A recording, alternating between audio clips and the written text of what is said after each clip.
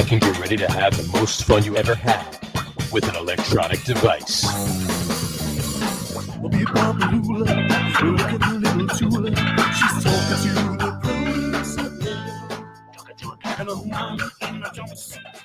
right, everybody, welcome out to the Get On With It Sports Show. It is Wednesday, July the 6th, 2022. Jersey Johnny coming at you. With me, as always, is none other than Mr. RadioPete and Mr. Harry Lug Nutz. Say hello, gentlemen. Hello. Hello, gentle people.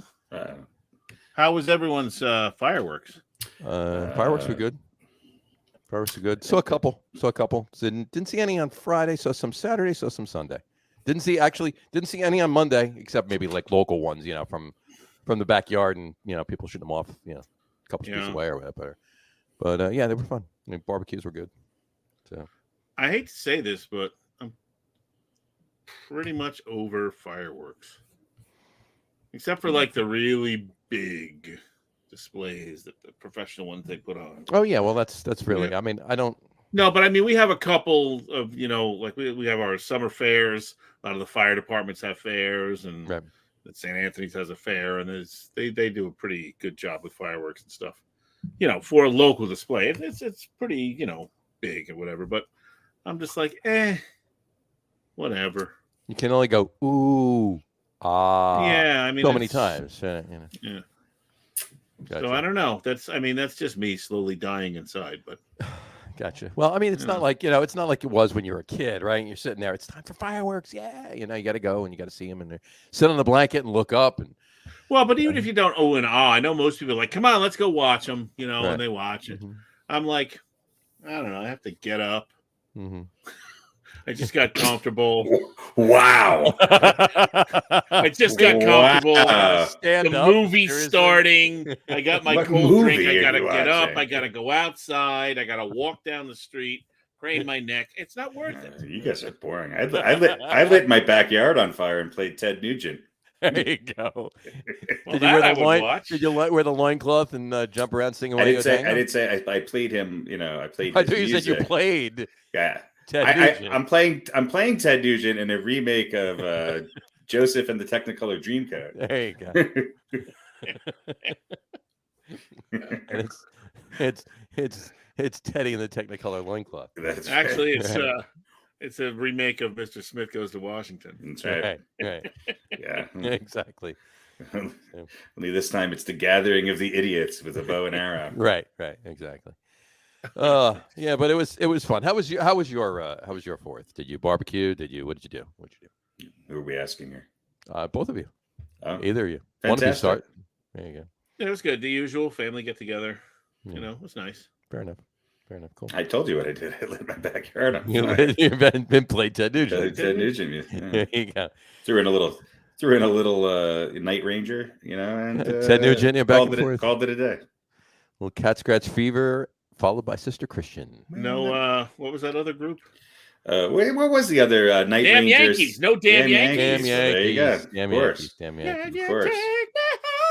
That's right. I had my 8-track of Damn Yankees out. It was fantastic. Actually, did they make 8 tracks of Damn Yankees? I think they were done by then. Threw in some 38 special and there you go. There were 8 tracks for the Marshall Tucker band and oh jeez. And then put get that flute going. You always have to get that flute. And then put Freebird on repeat for the rest of the night. Do you guys have Access TV? Yes. They had. I can't speak for Harry, but I do. Well, I only wanted one of you to answer. If you did, well, it's pretty good. I watched the Dan Rather show on. I think it's a. You'd rather watch Dan? It's a British channel, I believe, because they do a lot of They're the people who they're the company. They're the company that rapes you for charges on concert tickets. Right. No, this is AXS. It's AX. It's pronounced Access. Yeah, I know. It's the same. Oh, is it? Oh, okay. It's a company that rapes you for. Well, tickets, they're not raping me for charging me to watch the TV channel. No, so I and they have some pretty good documentaries. There was one on last night. Was about A&R. It's very music oriented. Dan Rather's show is actually it's really good interview show. Is that the big interview, right? Yeah. Is that on that channel? Some of them are bigger than others.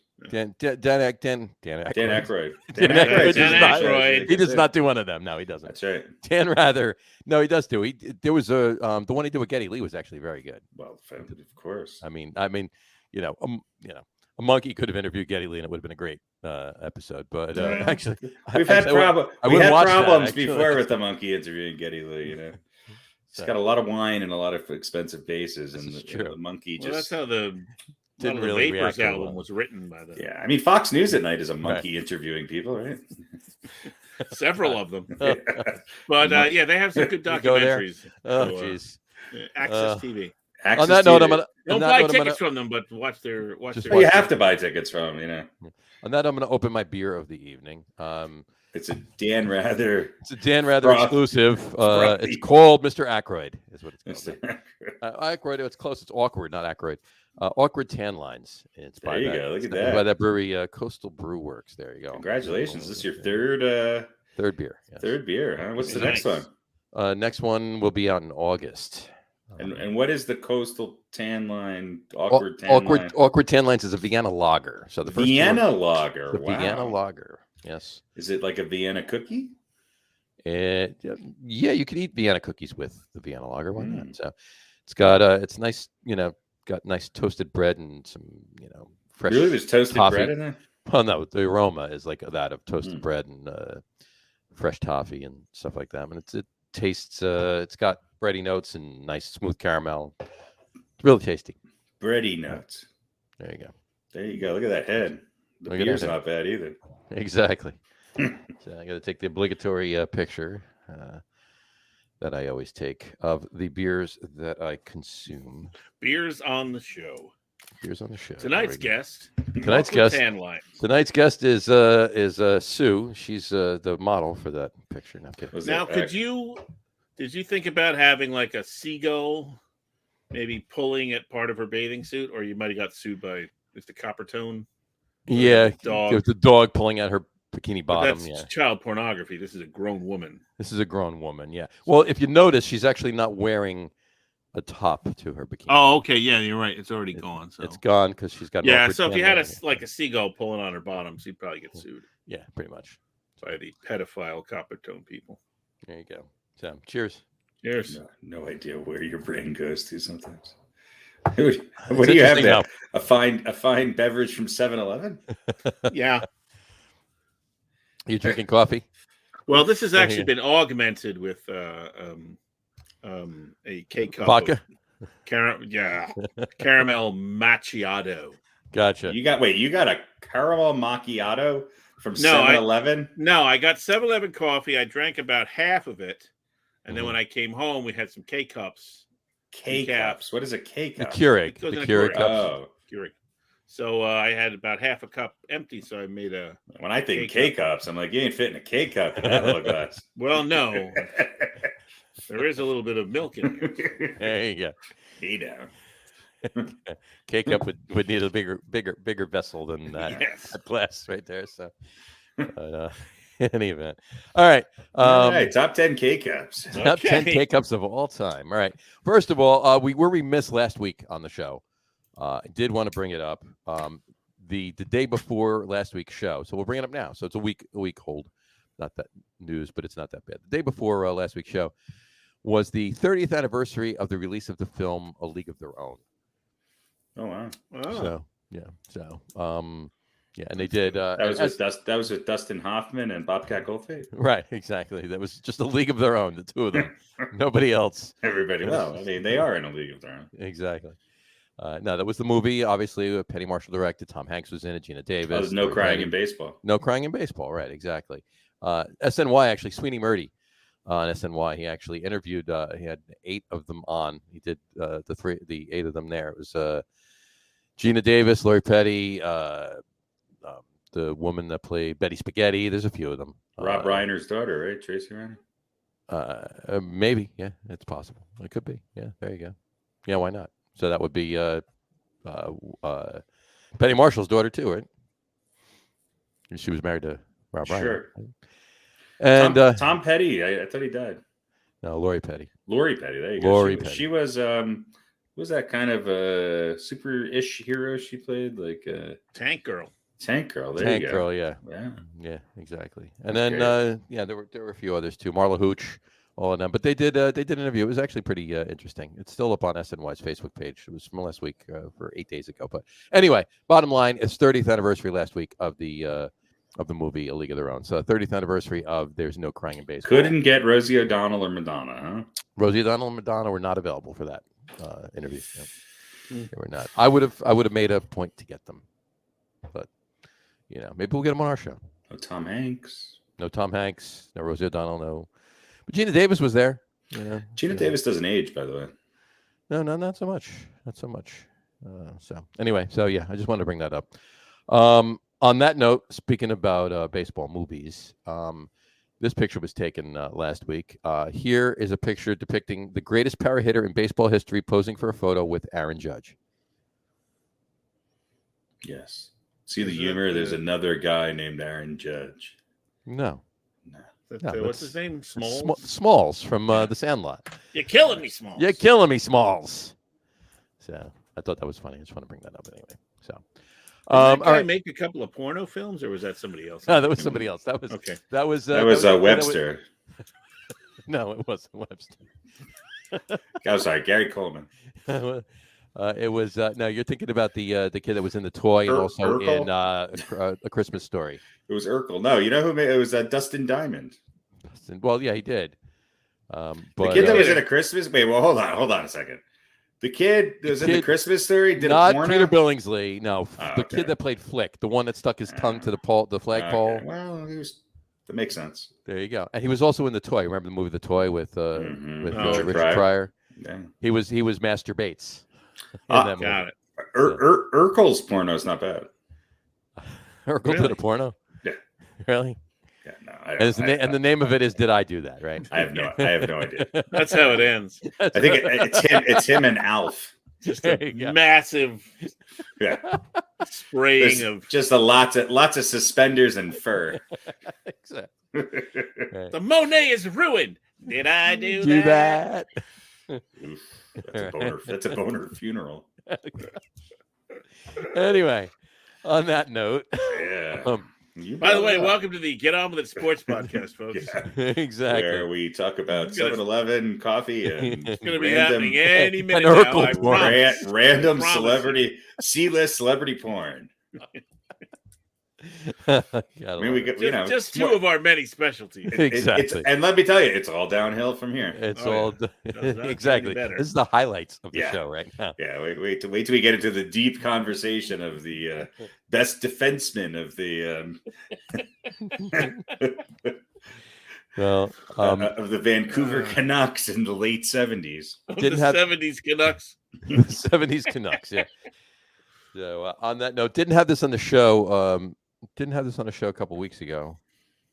Interesting. I don't know where that went, but didn't have this on the show a couple weeks ago. But did want to put this up. Father's Day was a couple weeks ago, and here we see a picture of Eli Manning, picture with one of his sons. So here we go. For those of you listening to the audio podcast, it's Eli Manning shaking hands with Tom Brady. Hey, did you see that? I think it's Eli's nephew is going to Texas. He's going to Texas. He committed to Texas. Yes, he did. So that's going to be 4 Mannings. What's his name? Like Colby or something? Oh, Arch. There you go. And he's a quarterback too. He's a quarterback. Mm-hmm. Yeah. So it'll be so he in 4 years he makes the NFL. There'll be 4 Mannings that made the NFL over 3 generations. 4 out of like 12 of them, and they're not doing that great. Well, 4 out of 12. No, Cooper's the only one that didn't make it there because there was no other sons there. Yeah, just Cooper, Peyton. And how about this new generation? They're all younger. Arch is the oldest. Arch is the oldest. So we might have more. Yeah. Peyton have a son? Well, Peyton does have sons. Yeah, Peyton does 1 or 2. Yeah, and well, I mean, Eli's son made it to the NFL. There you go, right there. That's right. He's won like 7 Super Bowls. Yeah, did pretty well. Couldn't beat his old man, but he's still somehow older than his father. Exactly. But looks 30 years younger. Which is all true. There's nothing wrong. There's nothing false about what we're saying here, folks. No. The space-time continuum has been broken. Absolutely. So anyway, okay. So on to some interesting things. One thing I want to bring up in baseball before we do our quiz tonight is I just want to put this graphic up. Let's look at it for a second. I love when we knew graphics. we knew this was happening, right? The graphic? We knew it was coming up. I knew at some point we'd have a graphic again. I just mean generally the royal we, like all like the country, like the baseball fans, Major League Baseball fans, right? Okay. Throw this up. We all know this was happening, but it's even crazier when you see it all in one graphic. In 2015, the Pirates traded away Charlie Morton. In 2018, they traded away Garrett Cole. In 2018, they traded away Tyler Glasnow. In 2018, they traded away Shane Baz. In 2021, they traded away Joe Musgrove. In 2021, they traded away Jameson Taillon. And in 2021, they traded away Clay Holmes. And these 7 pitchers were on the Pirates. Could you imagine if these 7 pitchers were on the Pirates right now? On behalf of the Yankees, who have 3 of them, right? Thank you. There you go. So, thank you. But and the top 2 on the Yankees right now are not named Garrett Cole. No, they're not. Are they? So maybe we should have maybe a few of the Major League Baseball teams should just become a minor league. Just take they already are, really. I mean, I would love to see the Pirates, though. But I would love to see the Pirates. I mean, the Pirates were like one of my favorite teams as a really young kid. I mean, think about those. Yeah, it wasn't that long ago. Yes, it was. They weren't 50 years ago. It was 40 plus years ago. But they were a contending team. No, they were. And I'll give you this much too. And I know this has nothing to do with the team, but their ballpark is one of the most beautiful ballparks I've ever been to. PNC Bank Park. PNC Park is but I mean, gorgeous. I love watching. I love going out to Pittsburgh and watching baseball games there. It's just such a great park. But what is going to change the way they do things and bring them back to contention? Right? New ownership, right? Yeah, that's what it would be. So, or general manager. We've talked about this particularly in football. That takes decades. Sure. Well, you know what? It didn't have to take decades because if you had those 7 pitchers as your pitching staff, and you didn't trade them away, but how much would those guys be making? See the difference though between as much as they could if they were all on the Mets. And was their owner. No, if they were all on the Pirates, your payroll would be $300 million, and that's the Pirates, the Orioles, and the Royals are like the 3 lowest. You could say the same thing about the A's. You could do a list of guys that the A's have traded away. It's the smaller market teams. They're constantly trying to get the most they can for their best players. Look, the Pirates at least had them. They drafted them or got them through trades. Right. When you talk about like the New York Giants, it's guys the Giants have missed on draft day. Guys the Giants have not signed. So I think just create, like the Italian soccer leagues. You have the A League and you have the B League. We have a minor league. We have too many minor league teams. That's the problem. Yeah, but these would be minors within the majors. The Mets record would be 20 games worse if you didn't have the Marlins, the Pirates, and the fill in the blank. So the competition would be better. The Marlins, the Pirates, and the fill in the blanks. Yeah, you know what I mean. Phillies, whatever other team is going to be marginal. Look, the Pirates weren't that bad a couple of years ago. They've had some. They're pretty good at finding talent. They don't have the ability to hold on to it. Unless I would say they don't have the will. That's true. You could say the same thing about the Rockies. You could say the same thing about the A's. The A's are much better at leveraging the talent that they have. Right. There's a number of organizations like that. The Pirates are definitely up there. Yeah. It's a good pitching staff. That's a great pitching staff. I mean, look at it. I'll put it up again. Look at that. Charlie Morton. Where's Shane Baz? Is he still on Tampa Bay? Yeah, I believe so. Okay. This is where everybody is. Charlie Morton's on Atlanta. That's what I thought. Garrett Cole, Jameson Taillon, and Clay Holmes are on the Yankees. Tyler Glasnow and he's pretty amazing too. And Shane Baz are both on the Rays, and Joe Musgrove's down in San Diego. They have a collective 3.15 ERA. That's crazy. Amazing. And look at it, the combined record of these 7 pitchers since the trade is 193 and 80. Who has the worst haircut, though? That's what I want to know. Uh, Definitely Shane Baz. That's No, they all have hats on, so it's hard that's to some tell. weird. I would Hanson say bob Baz. going on I think there. Tyler Glasnow has the best haircut. It's definitely. Yeah, I don't know. That's definitely that's vintage Jacob deGrom right there. Well, the Creed hair doesn't look good under a baseball hat, you know. This is true. This is true. So, all right. Let's do the quiz. All right. Actually, before we do the quiz, let's do Oh. the baseball just a quickie. Just a quickie. Just a quickie. Quickie. Just a quickie while she's away. Just a quickie. All right. It's going to be a Mets/Yankees. Just a quickie. I'm going to give the Mets to Pete, the Yankees to Harry. We might reverse it just for shits and giggles and see, but Because I don't know. that'll be fine. So here we go. Pete, just a quickie. Here we go. Finish this statement.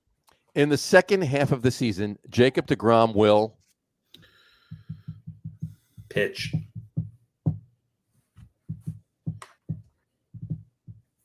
What do you think? In the second half of the season, Jacob deGrom will Have single-digit wins. have single-digit wins. I think he's going to resurrect Crazy Eddie's. He will resurrect Crazy Eddie. I'm putting that down. That was your answer. Yeah. You mean that the man has got the very most in stereo sound? Exactly. Absolutely. His prices are insane. They They are. really are. Okay. Here we go. So Pete says in the second half of the season, Jacob deGrom will have single-digit wins. And Harry says in the second half of the season, Jacob deGrom will resurrect Crazy Eddie's. All right.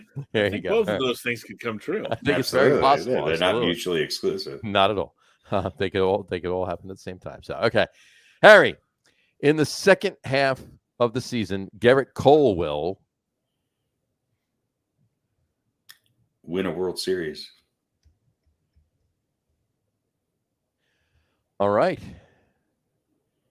So you hope. And Pete. Garrett Cole will. Resurrect Crazy Eddie's. I was going to say something about nobody beats the Wiz. There you go. Resurrect nobody. Because they had a lot of Yankees on their commercials. They did. I think certainly he'll did. do a nobody beats the Wiz commercial. There you go. I could have intended. Nobody beats. Remember Louis Tiant with the oh, ballpark yeah. fanatics? Oh yeah. Here's the thing about those commercials. Obviously, there's an ad agency, right? Mhm. Sure, of course. Who year after year keeps selling nobody beats the Wiz. Those commercials were terrible. Mhm. None of Yeah. the Yankees were really very good at Well, I don't think the Wiz has been around since 1983. No, but I'm saying for years they had commercials, Mhm. the celebrity endorse, and the Yankees were all terrible. It is where I go to buy my televisions, Well, it's because I could never get the really, Right? No, but my point they only got the drunk and or Yankees whose English was a second language. Well, think about when they did the bulk of those commercials, right? They did the bulk of those commercials in the 80s. Yeah. Okay. Yeah. What were the Yankees doing in the 80s? but they had some in. Yeah, like My point is overpaying Danny Tartable. right. no, but I remember like Andy Pettit was on a couple of those commercials. It was and that stuff, long? so Okay. I think, yeah. But Who my was? point is Andy Pettit. Andy Pettit was on Nobody Beats the Wiz commercial. I I thought they had think so, closed yeah. before he was. I think so. Anyway, it could be a Fair enough. Mandela effect. My point is, either this was the greatest ad agency in the world, selling who just their kept product. selling the same shit Right. to the company, or they were just fucking morons. No, you know what it was. The Wiz had a ton of money that they were spending for advertising, and these Poorly. Yankees were taking it. But you you'd know? think at some point somebody at the Wiz would go, "Hey, maybe we should do something besides have And straw man sports figures say stupid things about it." right. No, and no, if no. they had, maybe they'd still be around today. And the ad agency's going, no, it's working. The numbers are going up. It's finally working. Mhm. I don't know. It just, to me, it's amazing that they did it for so long. Sure, absolutely. Great job by the ad. They were only founded in 1977. They ended in 2004, and they were bought out by PC Richard. PC Richards. A lot of the Nobody Beats the Wiz did come to become PC Richards. Yes. Yeah. In 1998, having expanded from 20 to 80 stores, the chain filed for bankruptcy and was purchased by Cablevision. Cablevision eventually dropped the "Nobody beats the Wiz" slogan. And it was just the Wiz. Yeah. And then today it would be the Wiz Khalifa. The chain closed permanently in 2003. And all of their stores and product were bought by PC Richards. September, competitor PC Richards purchased the Wiz assets mainly for its name. Mm-hmm. There you go. Well, all righty then. A little bit of advertising and electronics store in the Northeast history for you. So there you go. All right. Shall we do tonight's quiz? Yes. Let's do the quiz. Nobody beats the quiz. Nobody beats the quiz. Nobody beats the quiz. Tonight's quiz is catchers. Catchers. If you recall, last few weeks, we've been doing designated hitters. We did designated hitters 3 weeks ago, 4 weeks ago. Keep 4, get rid of 9. What is this? And then from 2000 to 2020, and then we did from 80 to 2000. We couldn't do much more than that because designated hitters weren't a thing until mid 70s. So we're right around the time as the Wiz. There you go. Yeah, maybe there's a connection there. But in any event, we're doing catchers. Catchers 2000 to today. So current, in the last 20 years, catchers. So I'm giving you 6. You got to keep 4. 2 got to go. All right, giving you 6. Got to keep 4. 2 got to go. Write these down. Here we go. Okay. Buster Posey. Buster Posey. What a great name. Mm-hmm. Just recently retired. This is true. Yep. Yadier Molina. God, he still isn't retired. No. Yadier Molina.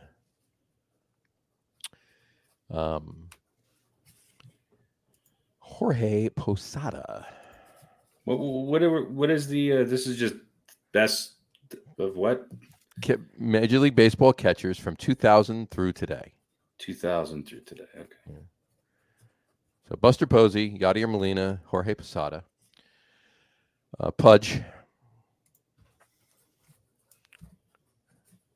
and no, not Carlton Fisk. I'm talking about Ivan Rodriguez.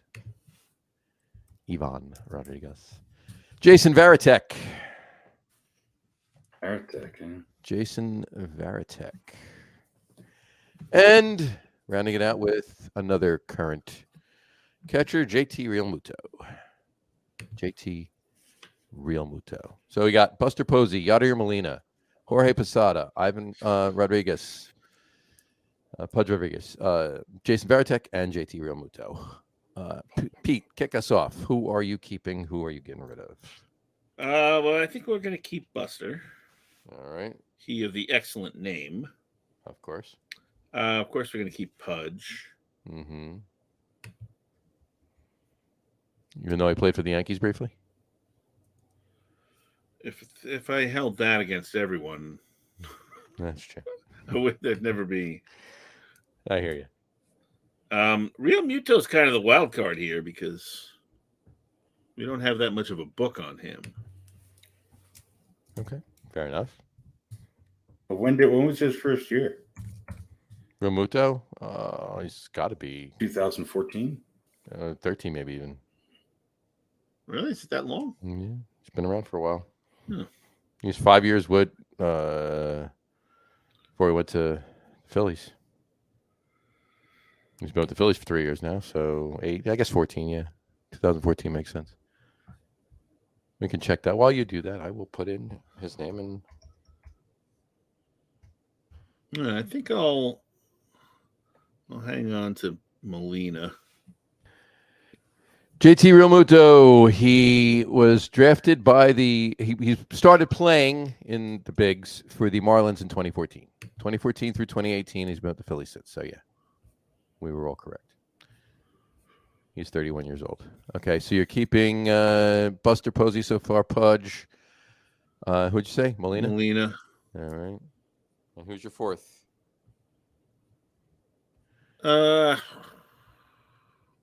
Jorge. I'll just keep him because I like him. I'll keep Veritek. Veritek. All right. So Pete is keeping Buster Posey, Yadier Molina, Pudge Rodriguez, and Jason Veritek. Jorge Posada is out. Jorge Posada and JT Realmuto are both out of this list. Okay, Harry. The correct answer is Posey, Molina, Posada, and Pudge, with JT Realmuto and Jason Veritek, who's a far inferior player to Jorge Posada, off this list. Goodbye. Oh, you're half right once again. I mean, just look at the stats and the rings. Rings. That doesn't. There you go. He didn't win those rings by himself. Hip, hip, Jorge. So there you go. So Buster Posey, Yadier Molina, Jorge Posada, and Pudge Rodriguez are Harry's choices. So 3 agreed upon. Just didn't agree upon the Posada Veritek. Yeah, I think, honestly, in all seriousness, Posada is, and when I look at his numbers, he's always much better than I ever think he was. And Veritek, I didn't think was a particularly good player, but he wasn't a Yankee. So, there you go. So there you have it. So there you go. So there you have it. All right. Okay. Cool. All right. There's our list for tonight. Here's our quiz for tonight, I should say. Cool. Do we want to? Last week, Harry, you mentioned a couple of things you wanted to talk about football-wise. Do I have to remember them? I wrote them down. Oh, okay, good. Yeah. So you said you wanted to talk about which wide receiver will have the biggest meltdown this coming season. And we joked about the fact that it's probably going to be Antonio Brown, which isn't out of the realm of possibility, even if he isn't playing. But short of Antonio Brown, which one will it be? So you want to take that? Well, I don't know. I mean, there's so many to choose from. I'm going to go with Tyreek Hill. I think we're going to see a little craziness from that bastard. I mean, we're also going to see a lot of touchdowns, probably. But But are we going to see some craziness? Let me ask you this, though. That's a good thing to bring up. Let me ask you this: are we going to see some craziness because he's going to start getting frustrated because Tua is not Patrick Mahomes? Oh, he's a better passer, obviously, than Patrick Mahomes, according to Tyreek Hill. But no, I think Tyreek Hill is that's my pick. I'm going with Tyreek Hill. That's not a realm of possibility there. I don't know why. Well, Pete, let me hear yours first, and I'll leave mine.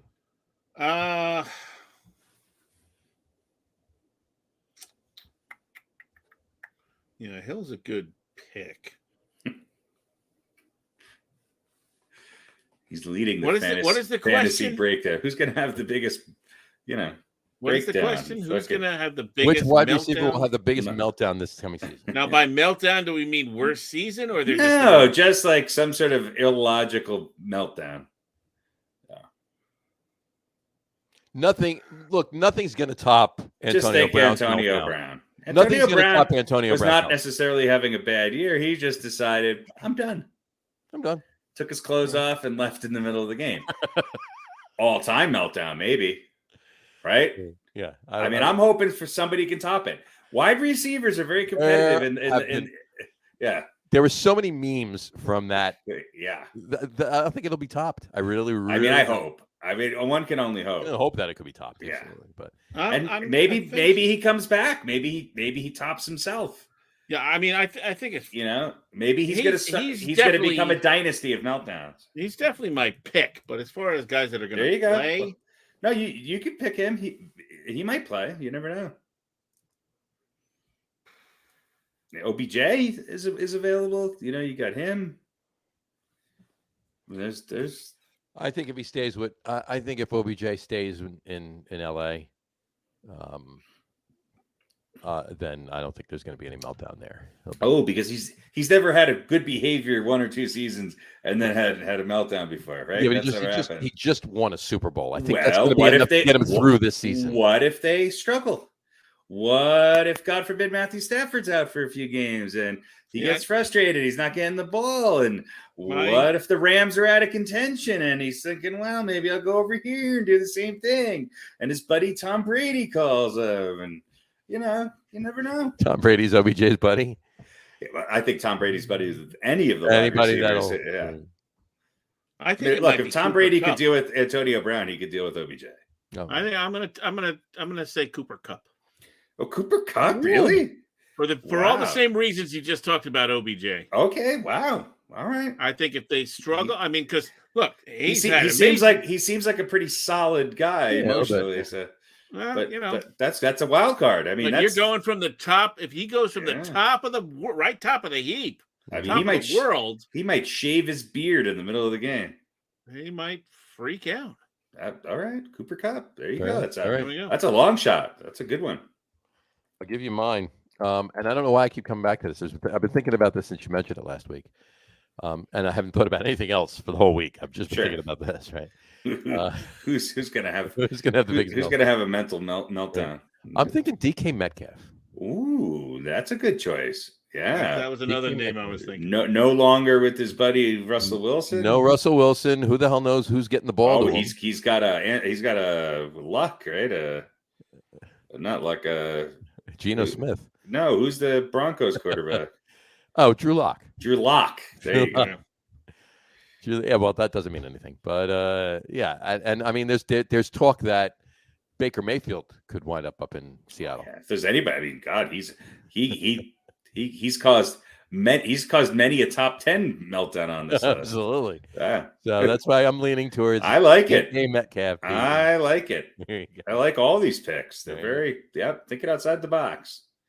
Thinking outside the box. Nice. Nicely done. All right. Cool. So, and then you also had one other one last week. The ones to bring up. When will Gronk come back? And we need an over/under. We need. Well, what is the rule? What are the rules of the NFL?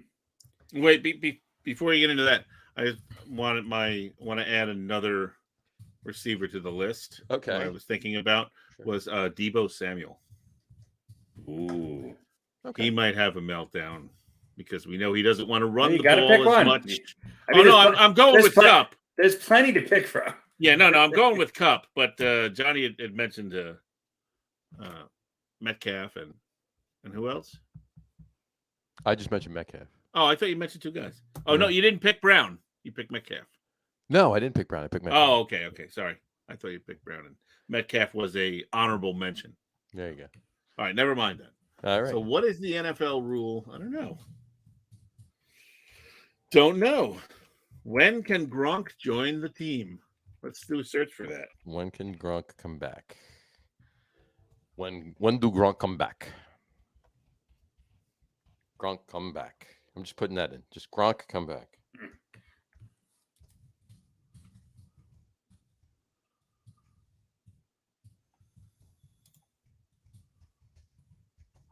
Nobody's saying anything while we're all typing. I know. Nobody's saying a word.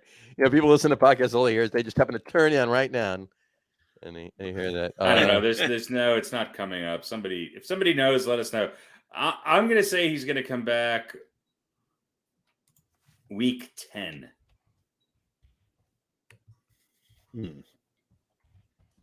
That might be a little bit late. That's what I'm going with. I say week 10. He'll play in week 10. A play in week 10. Week 10. Here's an article from 5 days ago.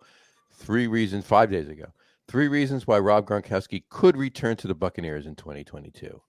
Let's see what the 3 reasons are. 3, Gronk could return after a short break to heal. 2, gonna get some crystals and face north. I guess. 2, Gronk could return to break some records for tight ends. Well, we know why he can return. It's just when will he return? Right. And 1, Brady could be a factor if he needs a tight end. Well, who wrote this? Fucking. This is from the Cold Wire. Dumb of the year. Written by Matthew Willis. Sorry, Matthew, you're not really enlightening us with anything. All right. Well, here, let's see. According to sports webpage, According to sports. clubs participating in the play. Written by Matthew. It's a 7-year-old. Matt. Fucking Davenport, Matty. Iowa. Clubs participating in the playoffs are permitted to sign free agents throughout the postseason, but are limited to a total of 4 free agent signings, including players on other clubs. Wait a minute. Okay. Including other clubs' practice squads.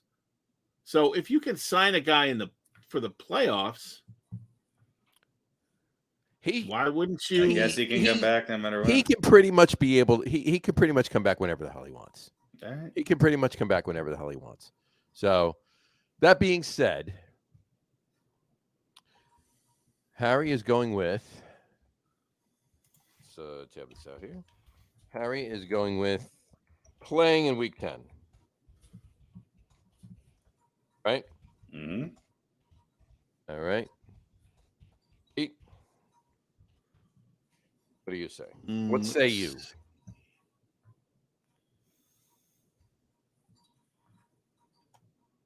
Okay, wait a minute. Let's see if I have the answer here. You got it written down? Is it in a box? From NFL. Hold on. Let's see. The answer to when he can come back, or the answer when he will come back? What league will he come back to? The answer is can NFL. NFL teams sign free agents anytime? Is he a free agent though, or did he have a contract and he just left? Well, if you're unsigned, aren't you a free agent? Well, yeah, if you're unsigned, you're a free agent. But my point is, did he still have another year in By his retiring, though, doesn't he? No, void his contract. No? He does not become. He can't retire and void his contract because everybody would do that. Oh, okay. You know, if they just want to become a free agent and they weren't getting let out of the contract, they would just retire for a week and they become a free agent. So, well, did you know there are 4 types of free agency? Unrestricted, unrestricted. Restricted. Oh, well, the undrafted free agent. Undrafted free agent, unrestricted free agent, restricted free agent. Exclusive rights free agent. Right. I don't know. I'd have to read this whole thing. So I'll say week 8. Week 8. Oh, no, wait. Week 9. Week 9. I'm 17 games in the season now. Yeah. I'm going to say week 12. You know why? Yeah. Because who do they play on week 12? The Patriots?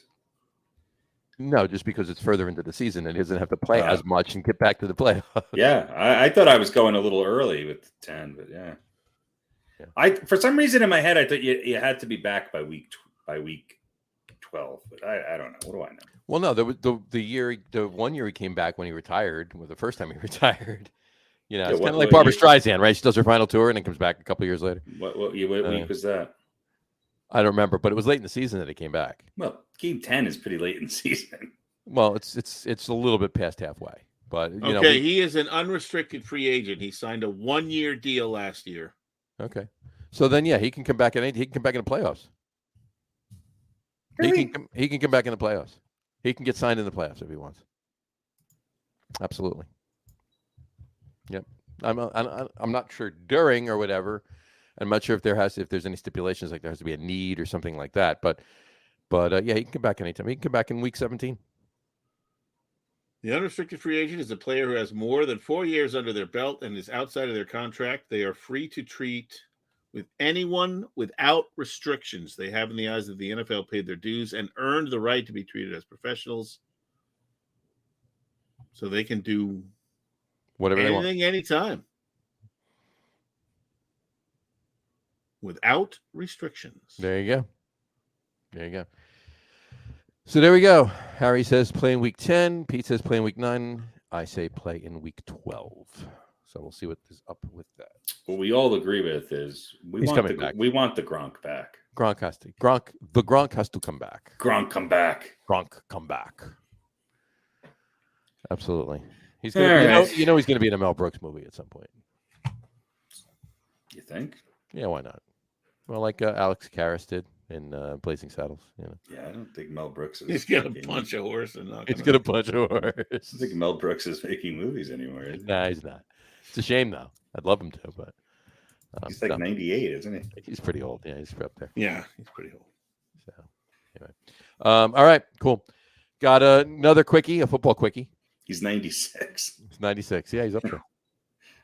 There you go. You ever see really quick? Actually, yesterday was his birthday. Happy birthday. I'm sorry, not last week was his birthday. Last week. Yesterday. What was so last week yesterday, so that would be June 28th. June 28th. So all right. So week 8 days ago. Happy birthday, Mr. Brooks. Cheers. Yeah. There you go.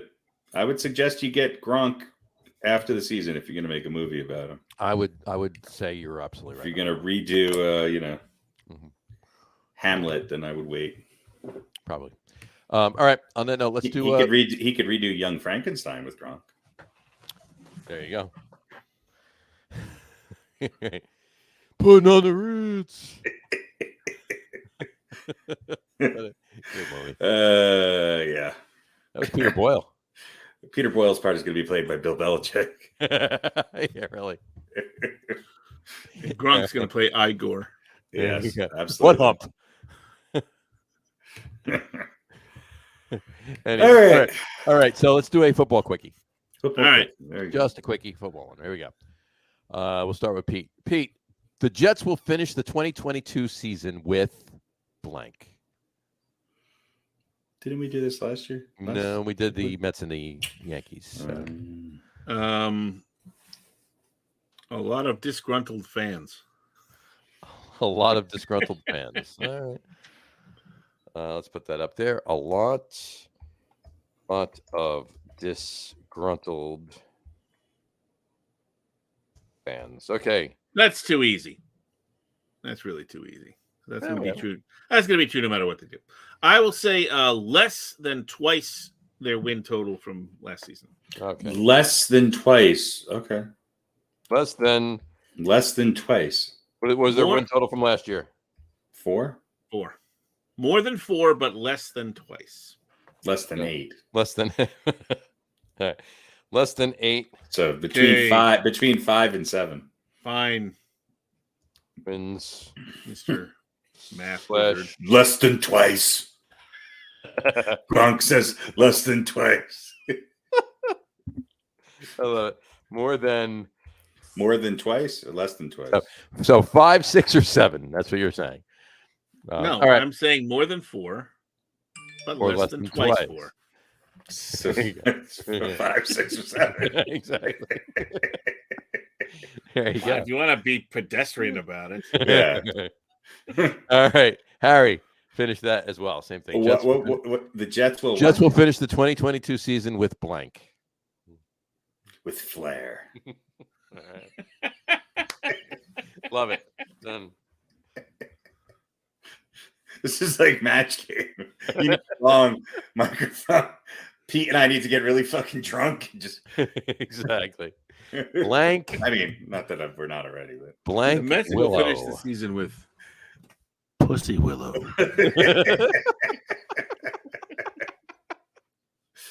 There you go. Exactly. Mets will finish the season with razor burn. All right, let me put these down. Razor burn and Pussy Willow. Okay. Blank a doodle do. Howdy. Howdy doodle do. All right. On that note. All right. Harry, the Giants will finish the 2022 season with despair. It rhymes with flair, so he's on a roll there. All right. Yeah, kind of polar opposites there. Well, I didn't say the Jets would be pot. It's going to be a flare. I'm not saying, they're not going to fizzle out, but they're going to finish the season with a bunch of buttons all over their uniform. They're going to flare out. Yeah, they're going to. The Jets will finish the season. Yes, finish the season. Sure. The Jets will finish the season with, if you say so, a gunshot, right? Don't they fire a gun at the end of the game? They should fire a gun at somebody at the end of the season. The Jets will finish the season with twice as many, less than half of what they did last year. Exactly. All right, Pete. The Giants will finish the 2022 season with blank. Someone other than Daniel Jones at quarterback. Ooh, now we're talking. Now we're cooking with gravy. All right. Now I don't know if that's It going might to be Drew Lock. I don't know if it's going to be Flair or Despair. That's probably going to be Tyrod Taylor. Yeah. It could still be Despair just because it's someone different. Someone other than. They're going to finish the season without a quarterback. Yeah, really. Just hike the ball to running to Saquon and let him run. Right. Might won't be Saquon. Someone on DJ At the end of the year, it won't be Saquon. All right. I'm glad we brought that up right now. Okay, that's good. I like that. So the Jets will finish which is going to be closer. The Jets will finish the 2022 season with 5, 6, or 7 wins. I'm sorry, less than twice or more than what they had last year, or Flair. And the Giants will finish the 2022 season with Despair or someone other than DJ at quarterback. Probably both. Or it could be both. Yeah, it could be both. So there you go. All right. On that note, then, I just want to bring this graphic up right here. I love a show full of graphics. Little graphics. Here we go. This was from RG3. He tweeted out, Saquon Barkley is one of the most exciting players in the world with the football when fully healthy. Back-to-back injury-filled seasons have made people forget, but Saquon is on a mission to remind everyone. The return of the real Saquon. I'm assuming he meant Saquon, not Saquad. The return of the real Saquon is a boost the Giants' offense needs. So, what do you think of RG3's comment there? Well, he really digs deep. We all hope Saquon comes back, but is he one of the most? Even in his rookie year, was he that exciting? It was pretty exciting in his rookie year. Well, it was exciting, but how many games did the Giants win? Who was a better running back in the 2018 season? Saquon Barkley or who? The field. Or the rest. Barkley was Saquon Barkley was special. What's his name from Tennessee was better that year? Yeah. What year are we talking about? I can't remember back that far. 2018. 2018 was his first year. Jesus Christ, that's a long time ago. Mm-hmm. Yeah, this is his 5th season coming up. Well, Ezekiel Elliott had more yards. Todd Gurley was still a Ram. And just behind him. Saquon, let's see how many. It's not just about the stats, though. I mean, look at some of the runs he had. He had 11 touchdowns. Todd Gurley had 17 touchdowns. Mm-hmm. Derrick Henry had 12 touchdowns and 1,059 yards. So yeah, Saquon did have a good year, without a doubt. Yeah, but go back to the question of exciting. Gurley Joe Mixon was pretty exciting. Was he really Christian McCaffrey was exciting. Joe Mixon's been exciting recently. Joe Mixon really wasn't. Philip Lindsay was actually exciting that year with the Broncos. No, yeah, look, obviously Ezekiel Elliott was an exciting player to watch too. That's the Saquon that we all want back. I hope it happens. I'm not holding my breath. Mm-hmm. Yeah, you know what? I hope it does too, and I'm sure he does. And there's a lot of people that hope it does. Hope he does. But and the reality of it is we probably don't want a Saquon Barkley that has to run the ball 265 times. No, it's. I hope that Saquon can have 1,000-yard season and contribute to a team that wins 12 games. Right. That's what you really want. But I want a unicorn as well, and Mm-hmm. I guess my question regarding the quote there is, what brings RG3 to this opinion? It's a slow day. He was bored. Figured he'd tweet something out. All right, that's fine. I don't know if is he friends with Saquon? Well, he's in the New York. He's around ESPN a lot these days, and he's obviously in that market. And he's probably looking at Giants. I don't disagree with him. I think it's a pretty obvious take. But we've been waiting on this. Yes, he's had 2 injury-filled years. He's really had 3 injury-filled years when you really think about it. Mm. Yeah, we want him to be back, but that requires the Giants to really have an offensive team that What's the biggest difference between the offensive line in 2018 and now? That's really what the Giants should be looking at is, and how many passing attempts did the Giants have in 2018? Yeah. Well, and how many of these guys are, going to be exciting this year? Right. Compared to 2018. Right. All right. You could say he was the most exciting back in 2018. Right. But Derrick Henry is an exciting running back. Even when he's running 5 miles an hour, when he's just stiff arming people to the ground, that's pretty exciting to me. Mm-hmm. Jonathan Taylor's a pretty exciting running back. Jonathan Taylor's a very exciting running back. Absolutely. Dalvin Cook's a pretty exciting running back. Well, I think about guys that, you know what I mean? Every week they're on the highlight films or something. To me, any running back in a Giants uniform that gets in the end zone holding on to the ball, their own, the opponent's end zone, not their own, holding on to the ball, that's exciting to me. Exciting. Yeah. It is exciting. So, all right. Well, we'll see what happens with Mr. Barkley this year. I got 2 other things in football for you. Then we can get to our top 10 list this week. One,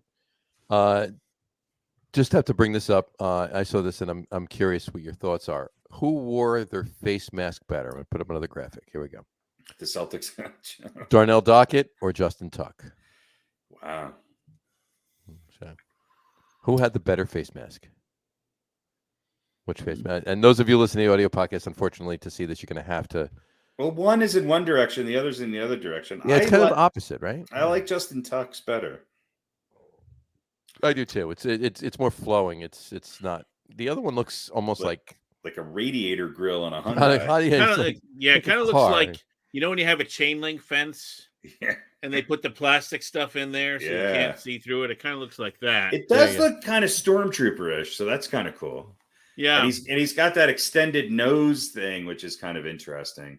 Yeah. Kind of looks like, to me, it looks more like a lacrosse player in that picture.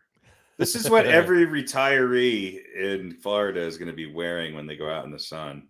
Right. It's just it's like a giant sunglasses with a mask over it. Well, we're getting to that now, right? I mean, would it be crazy to think everybody's wearing a helmet with a visor on it and the face mask and you don't really see people's faces anymore. We're getting. I'm kidding. That's a joke. Anyway, no. I agree. I think Justin Tuck had the better one. And Justin Tuck's face mask doesn't go down very far either, though. It's barely to his chin. It looks very his chin strap is coming out from underneath it, whereas Darnell Dockett's is just it's like down below his neck is coming down. Well, you want your face mask to go below your chin. Dockett's looking down, so you can't really. That's true too. Yeah, I think Justin Tuck's got to be careful of his chin there. I think it's an ill-fitting face mask, but it does look nice. This is true. Yeah, the shape is good. Does anybody just wear the old face masks anymore? Just 3 bars and like the thing in the middle. Right. I don't think so. No. Or just the ones that the kickers used to wear with just a 1 bar. No, that was Joe Theismann. He used to wear that playing quarterback. Yeah, sure. That's the Fran Tarkenton. Yeah, just the 1 bar. That was the 1 bar was usually the punter.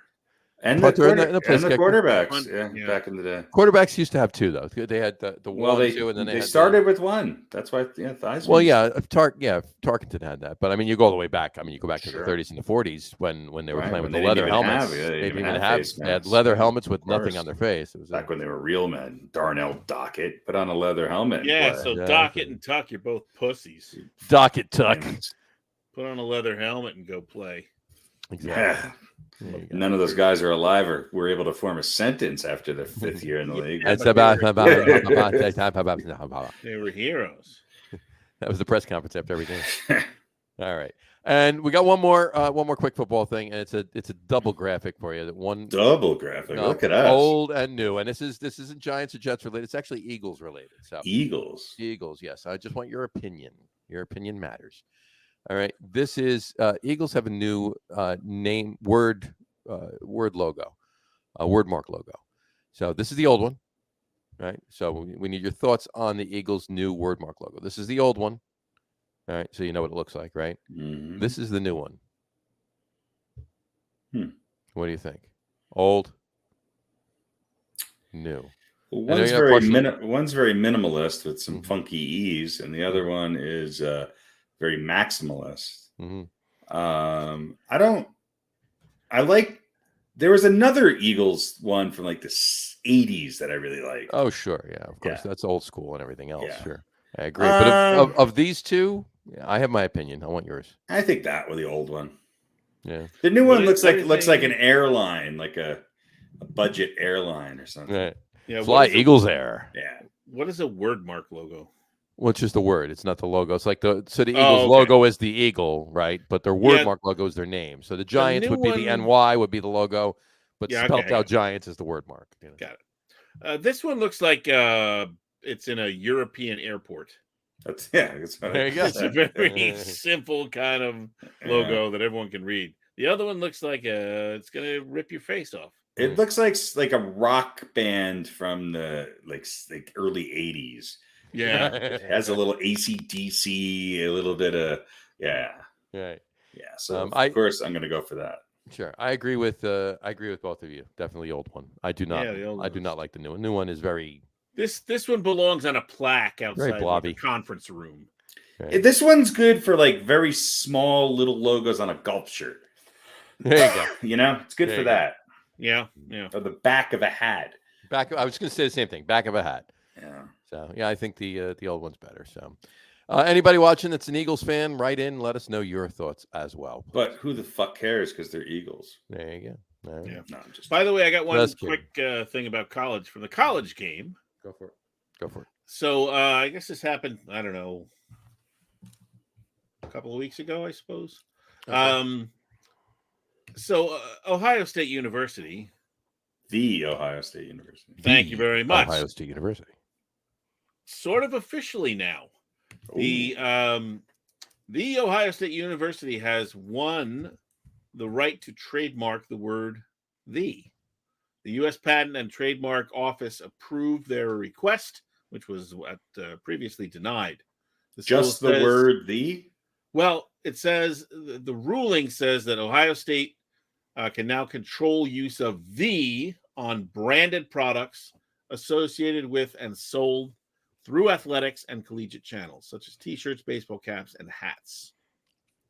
So So now, just- if anybody else uses the then they get to control it. that So- would be that would. So if someone else makes up a T-shirt that says "The Ohio State University," Oh, so it has to be in combination with Ohio State.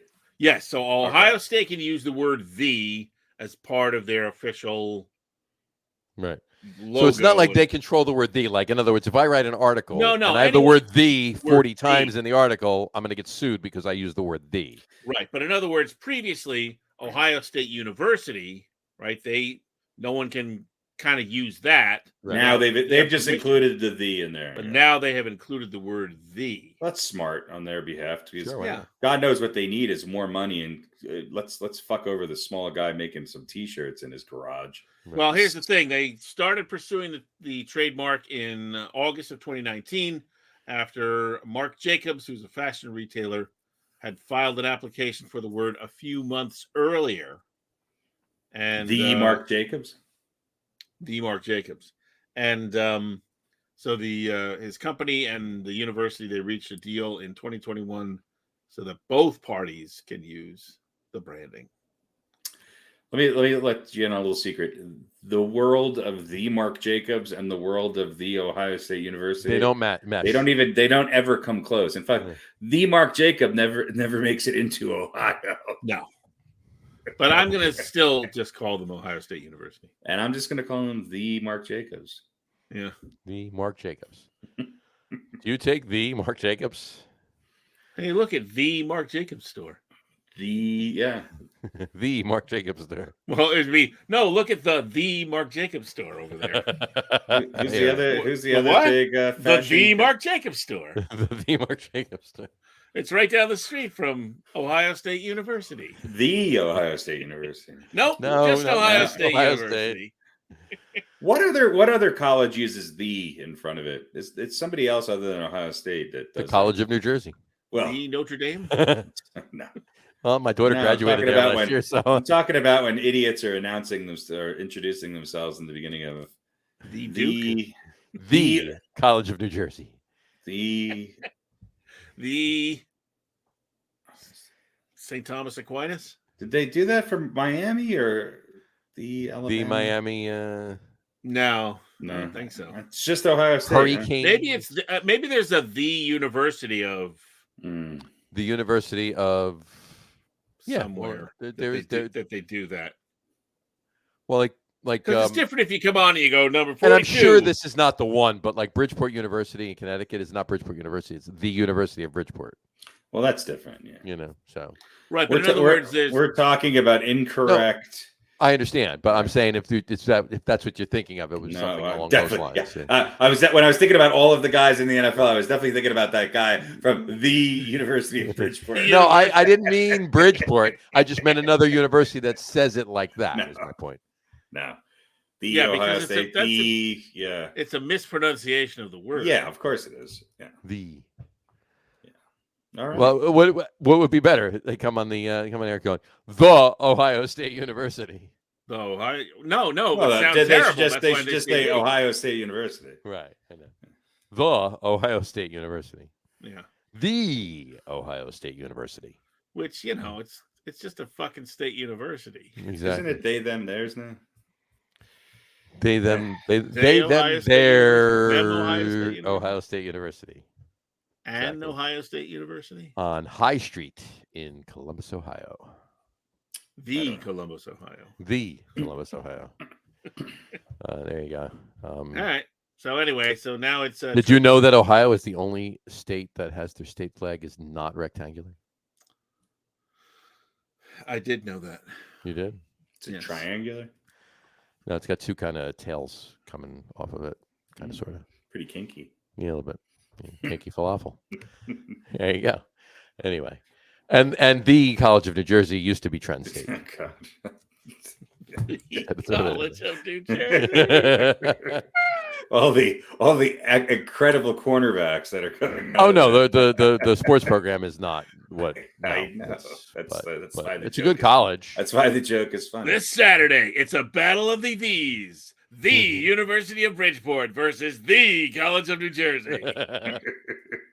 the Pickleball Championship is on the line. There you go. Come see. Watch tiny hands. One-legged lacrosse like you've never seen it before. Well, I will tell you the academics are very good in the college, and their cheerleading team won the cheerleading nationals. What the fuck were they cheering for? They cheer just to cheer, just for a while. Just to cheer for the Ohio State. Won the cheerleading nationals in Disney in Florida. They won college cheerleading nationals. They won nationals. 3 years in a row. The years in a row. So there you go. Anyway, okay. At the Walt Disney World. Exactly. The Walt Disney World. Exactly. All right. There we go. All right. Yep. Let's mosey on to actually never change it to football in the background. So let's change it to the basketball background. Actually, let's change it to the hockey background because that is our top 10 tonight, our top list tonight. We're back to just a week. I know we did a top 10 2 weeks ago, but we decided last week that this week we were going to do a top 5 list, but it was going to be for 3 teams. We're going to do 3 of them. We're going to do 3 top 5 lists. So and add an extra. We got 3 top 5 lists that we're doing tonight. So I'm just going to run through them and we'll discuss everything at that point. So tonight's top 5 list, or top list, if you will, is top 5 New York Rangers, New York Islanders, and New York Devils of all time. Devils. And of course, New Jersey. right out of the gate, we're going to start with the Rangers. And right out of the gate, we're going to start with the Rangers, and we have 6. So we have a tie for 5. So to the New York Rangers. The New York Rangers, exactly. So tied at 5th in the top 5 for the New York Rangers of all time is Mike Richter. The Mike Richter. The captain. Exactly. And also tied for 5th is the Frank Boucher. Frank Boucher. Bobby's uncle, I believe. Bob's your uncle, right? Granddad. It ain't Boucher. I think it's pronounced Boucher. Boucher. Boucher. Frank Boucher. Frank I know Boucher. Frankie Boucher. He lived in Schenectady. It's Boucher. Frankie Boucher. Boucher. Boucher used to come around as the knife sharpening guy. There Yeah. you go. Come around with that little cart with the bell on it. You go out and Yeah, sharpen Frankie. your knives. The nice guy. Exactly. The Butcher Boucher, we called him. Mhm. All right. Moving up to number 4. Number 4 is going to be the king, Henrik Lundqvist. Henrik Lundqvist. D. Henrik. The Henrik Lundqvist. The Henrik Lundqvist. There you go. All right. Moving up to number 3 is Mr. Rod Gilbert. Rod Gilbert. The all-time leader in scoring for the There you go. New York Number Rangers. 3. The Rod- original number- New York number- Ranger. Number 3 on this list. Number 1 in your hots. Rod Gilbert. Gilbert. Gilbert. Rod Gilbert. The Rod Gilbert. Doesn't quite have the same ring, does it? Rod Gilbert. All right. Number 2 on the list is Brian Leach. Brian Leach. Could have easily been number 1, but on this list, our number 1 is Mr. Mark Messier. Of course. The And, golden child. Yes. The The guaranteer of games. Ask me and any other Rangers fan out there. As great as that team was, they do not win the cup without Mark Messier. So, I don't disagree with that, but was he a better player on the Rangers than Rod Gilbert? it depends. I mean, he did have a lot of other good players around him, and Roger Bear was a great player. He really was. You know what? I mean, to be quite honest with you, any of these players, with the exception of maybe Mike Richter and Henrik Lundqvist. I mean, I'm partial to Mike Richter, but Henrik Lundqvist is just an amazing goalie. He really was. And Bobby Boucher. How about Frank- Tony Espinilla? Frank Boucher. Bobby Boucher. Bobby Boucher. Boucher. Boucher. Boucher the bouncer. But between Mark Messier, Brian Leach, and Roger Bear, you could probably put any of those 3 at number 1 and be winning. So, There you go. All right. We're moving on to the New York Islanders. We're going to kick it off with number 5 is going to be Bobby Nystrom. Bobby Nystrom is our number 5 for the New York Islanders. Number 4 for the New York Islanders would be Billy Smith. Billy. Billy Smith. Billy the Kid. Yeah, I mean, it was there. I mean, great teams back then, but I mean, his goaltending was just The keeper's keeper. crazy. He introduced him, and then they played Gretzky the first time in the Stanley Cups. He whacked him in the nuts with his stick and said, "Welcome to the NHL." Welcome to the NHL. There you go. All right. Moving on to number 3 is He was a better player for it. He was a better player for He it. certainly was. Number 3, Brian Trottier. Brian Trottier is number 3. Moving to number 2, and this was a little bit of bone of contention here because I feel the same way. You could have gone either way, but number 3 is going to be Mike Bossy. Mike Bossy, the man with Bossy. the highest goals per game average in the history of the NHL, who recently passed away. Rest your soul, the great one, the greatest Islander of all time, Mr. Mike Bossy. There you go. And also beyond him, number 1. And again, you could put Mike Bossy in number 1 and number 1 and number 2, and you wouldn't be wrong either way. You could go either way with this. Dennis Potvin. That was close. Yeah. Dennis Potvin. Just again, there, and on our list, and we'll be completely honest, we'll be totally forthcoming on our list. Technically, and it was just the way it came out on the list. Dennis Potvin and Mike Bossy were both tied for first place. So technically, we have a top put 5. Potvin third? Oh my goodness. Who put Potvin third? Harry. Look, let me explain it to you simply. We would not be talking about Dennis Potvin if it wasn't for Brian Trottier and Mike Bossy. Okay? Brian Trottier, Mike Bossy, and Bobby Nystrom might be the greatest line in the history of the NHL. All right? Brian Trottier is one of the greatest top 50 players of all time. And Mike Bossy is one of the greatest goal scorers. There is nobody that's had more consecutive 50-goal seasons than Mike Bossy. There is nobody in the history of the NHL who has averaged more goals per game than Mike Bossy. He was the greatest Islander. It's Dennis Potvin was great. Don't get me wrong. I mean, he was one of the best defenders of all time. But he wasn't Mike Bossy. You know what? Like I said, I went back and forth on my list. Dennis Potvin, Mike Bossy, Dennis Potvin, Mike Bossy, and I just put the two names down because I mean, I was putting 5 down. They're interchangeable 1 and 2. I don't and think then there's Brian Chache was there too, but yeah. I mean, this whole look of all 3 lists, the 3 of us, this is the only list that we all had the same 5 names. Well, They're and right what in the I was same going to order, say, but- if you were to take an all-time starting 5 of the Islanders, Mhm. the starting 5 on those championship dynasties would be the guys that were on there. It Well, would be yeah. these guys, these plus, 5 guys. plus another defenseman, Plus from another the, defenseman, yeah. probably, So it's that team.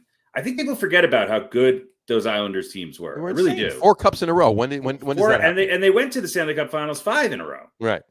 So they wound up losing to this group of guys with Gretzky and Messier on it. Yeah, so yeah. it wasn't like they were handing it wasn't over like they their, just get just they were spent. And, I mean, Mike Bossy had incredible back problems. Brian Chache actually went on to win another cup with the Penguins. Mm-hmm. Potvin was great. Billy Smith was great. Bobby Nystrom was great. There's Clark Gillies was another guy who could be on this list.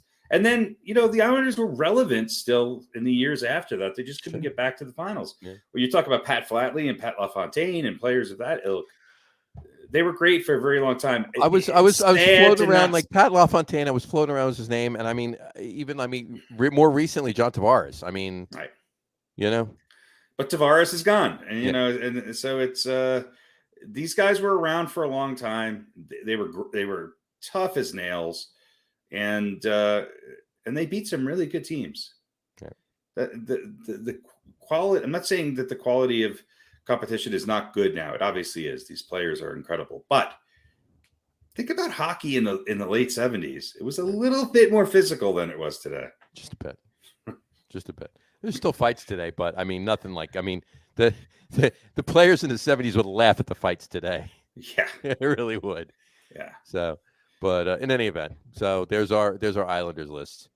And I think the other thing with the Rangers list is I think that they forget just how the Rangers had some really good teams. They didn't win very much, but they early on in that franchise's history, they had some incredible players. We forget about that. They've been around a long time. Hockey's been around a long time. Long time. They had great players. I didn't. There were a few players on the list. I mean, we talked about this. There were a few older players that we could have put on this list, and it wouldn't have been wrong to put them on here. But as far as modern day, it's kind of like we did with when we did our Giants list about a year and a half ago when we first did our top 10 Giants of all time. Sure, we had to split it up. We did top 10 Giants from 1925 to 1970, and then top 10 Giants from 1970 to today.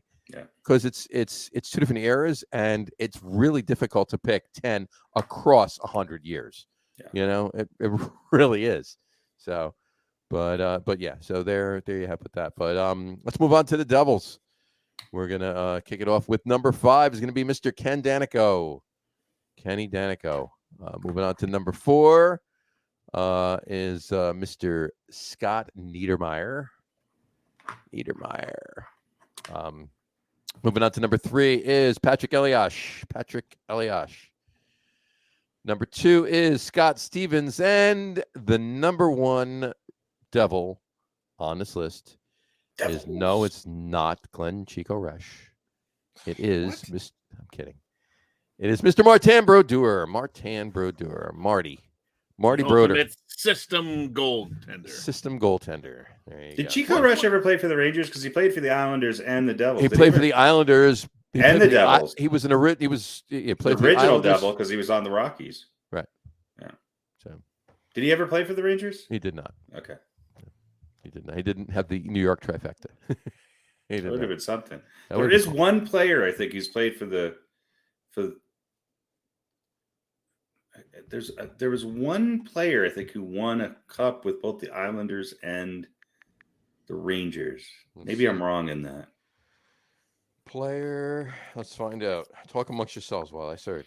Well, I mean, the Devil. Look, the personality of the Devils is right there. It's mostly defensive players, and in my opinion, the best goaltender of all time. I mean, Dominic Hasek I would put up there as well. But Marty Brodeur was just 1 in a million. And those Devils, I mean, look, they've changed rules because of some of these defensemen on the Devils. I mean, there was some. Niedermeyer was a pretty.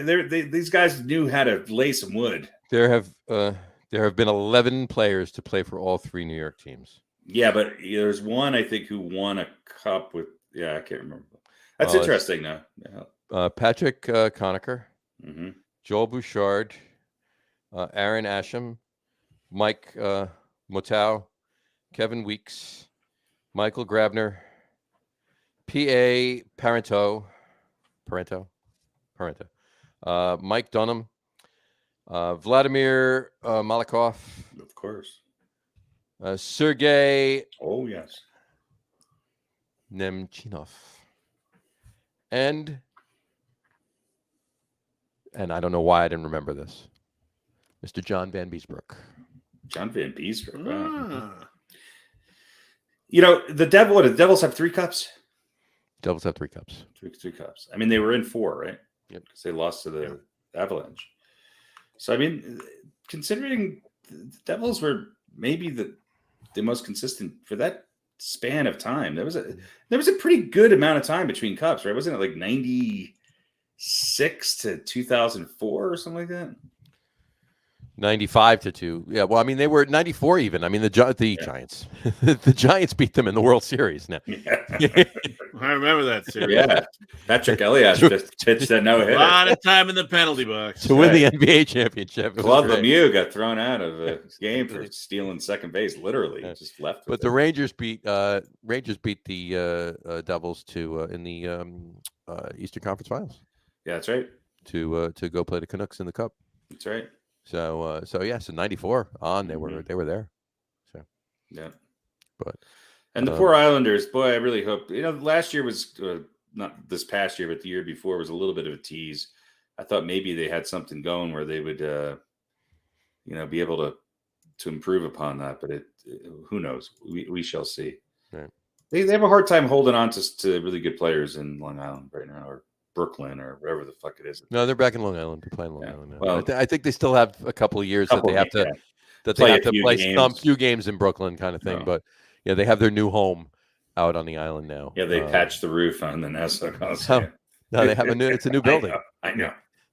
they put some of that what's it Remember- called, the commercial with the the Flex Seal. Flex Seal, yeah. I remember going to concerts there and looking up and literally seeing the sky. I'm like, Oh, yeah. That's just great. Yes, three cups in 8 years. Yeah. Last concert I saw at Nassau Coliseum was with you. We saw Quarter so- flash. Quarter Flash. No, last one I saw was Duran. Durant, well, look at you. They were some hockey players there. They were. Yeah. So there you go. And Pete was not there. You and I were both No. on the island, and Pete was not there. Yeah. Not an Islanders fan either. Yeah. Well, he's from upstate New York. Yeah, I grew up. I know. So you should be a Buffalo Sabres fan. Right. Not that far. Yeah. No, we're like From upstate New York, so I'm a Devils fan. Well, mid Hudson Valley. Mid Hudson Valley. Mid-Hudson About Valley. 100 miles north of Manhattan. Oh, I know where it is. How close to Rhinebeck? Across the river. Across the river. On the good side. Other side of the Hudson. Yeah. There you No, go. all of my friends were Rangers fans, and I wasn't really a hockey fan. And then the Devils moved to Jersey, and I didn't even know who the hell the Islanders were. You know, it was Not interesting. really being a hockey fan. So the Devils moved, and I was like, okay, that's my team. There Well, you go. the Islanders Rangers rivalry back in that era when the Islanders were, starting their dynasty, it Yeah. was just brutal. I mean, Oh, it was. you could not wear an Islanders jersey to Madison Square Garden. Forget No. about it. No. The fan. I mean, it was a different world. Mhm. The other thing that I think people don't remember is that hockey was not on network television.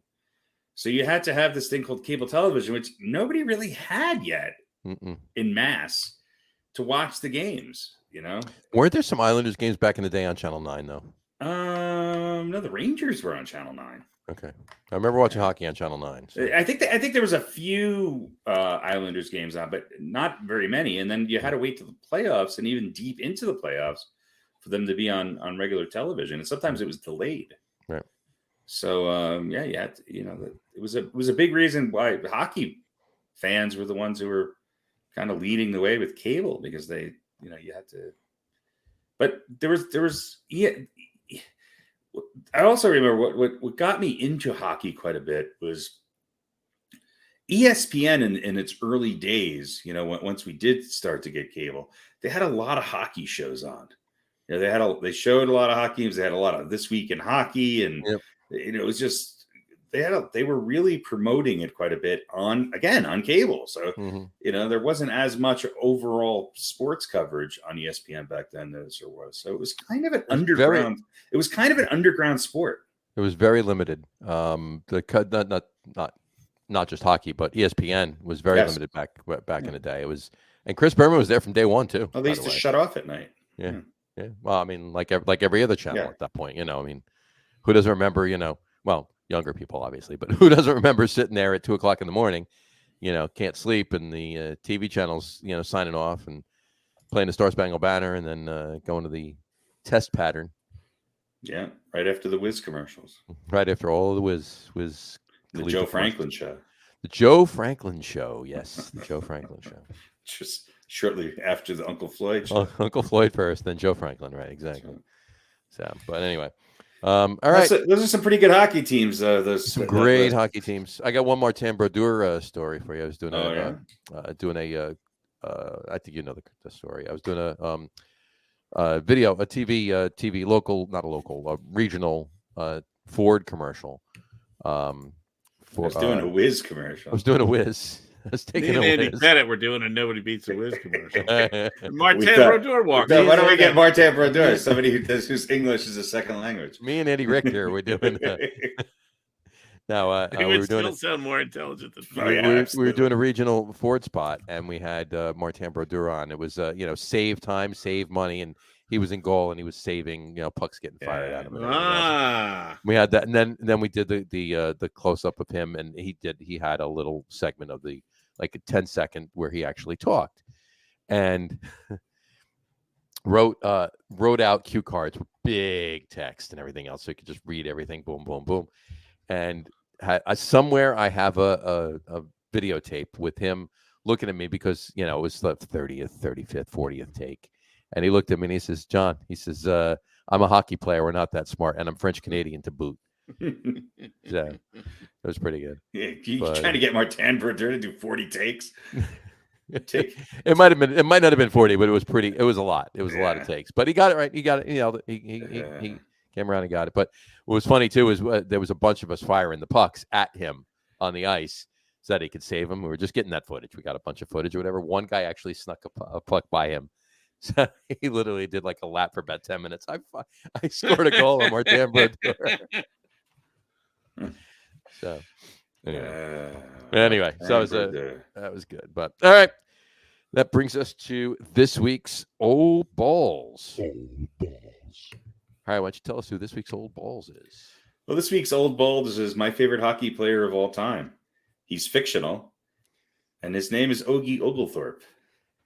He was originally on the Lancaster Gears, but was traded after beating deportation to the Syracuse Bulldogs, and wound up playing the Charlestown Chiefs in the championship game in the 1977 film Slapshot. Now, that game never really ended. Well, it sort of ended. It kind of ended in forfeit when one of the Charlestown Chiefs players decided to just strip naked during the fight. But if you don't know who Ogie Oglethorpe is, and you have never watched Slapshot, well, then make it a little point this weekend or whatever you have some time to watch Slapshot. Ogie Oglethorpe is actually based on an actual player named Ned Dowd, whose sister was actually the director of the film. So, yeah. So she made a movie about her brother. Well, he was a part Kind of, of sort it. of. And he was kind of cast in this classic role that you see in a lot of films where you don't really see him until the very end.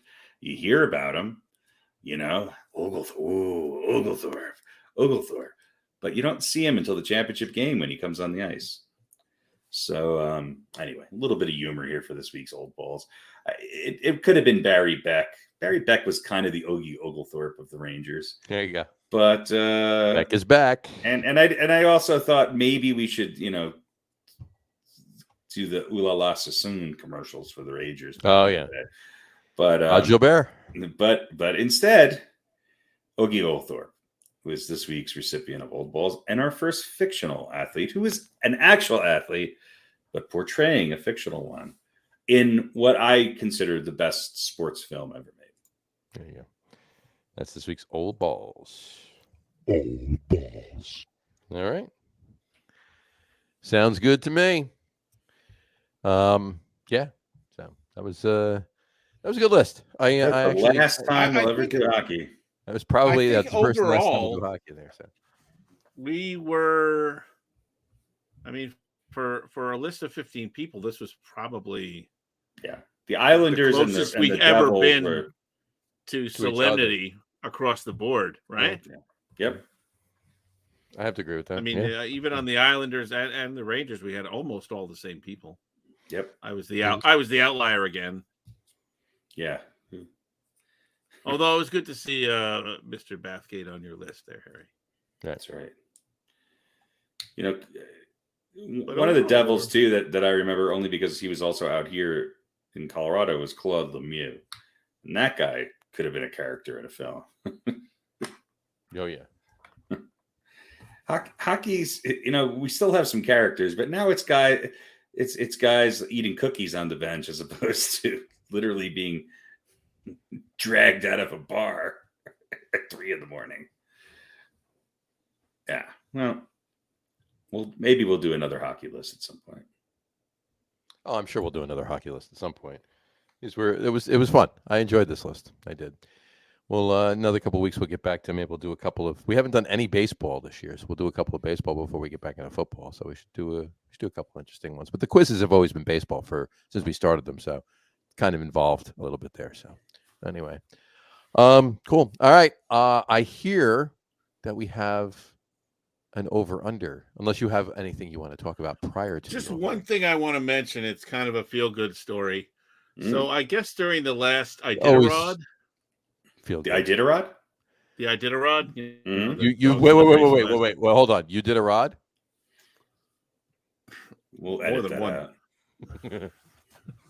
I know he just used this part on his OnlyFans page. In the I did rods. Anyway, So That's a different race. That's a different race. completely different race. Yeah. Sebastian dos Santos Borges of France Okay. lost one of his sled dogs Oof. during the last Iditarod. Like the dog died or it got lost? The dog was disappeared from a checkpoint in the race after covering about 150 miles of the race. And that was, I guess, about almost 4 months ago, maybe. So he went missing in March. The trail committee called it an escape from the Ruby checkpoint. However, recently, a couple of weeks ago, well, now it's, I guess, the better part of a month ago, residents of the Alaskan city of McGrath said that they had seen Leon, the name of the dog, out and about. This is about 120 miles south of the checkpoint. They could tell because of his French accent.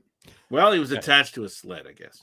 So, It's attached to a sled. so the residents of the cabin. So the driver and all the other dogs had no sled. Yeah, no, it's the one just- dog took off. Well, he escaped. What can I say? Yeah. So they He left didn't some want to food walk out, that way. Okay. and He sat in a sled and went for a ride. eventually they captured him, and he was just recently, earlier this month, reunited with back Sebastian dos Santos Back into Borges. labor. Yeah. Back into forced labor. They found him skinny, but in general good health. So Hmm. between March and May, he was Wow. living out in the Alaskan wilderness by himself, That's traveled what it more than takes, 100 miles south of where he got out of the checkpoint. So I gotta He go. out wandered to 100 Alaska. miles. I got to go out into the Alaskan wilderness for a month and not eat anything to be skinny and in generally good shape. Generally good health. Yeah. There you go. So, So see, yeah, writing was 120 on the wall the miles whole out. time, right? There. Carrying a sled around my Carrying a neck. sled around your neck while you're doing it, right? Exactly. Yeah. So Well, at so least he's, you pull your bed with you every day. You know? Whatever. Leon being reunited, and that's a good thing. That's a great thing. That's awesome. Yeah.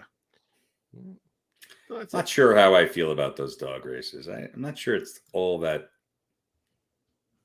I feel like it's a little bit of animal cruelty going on there.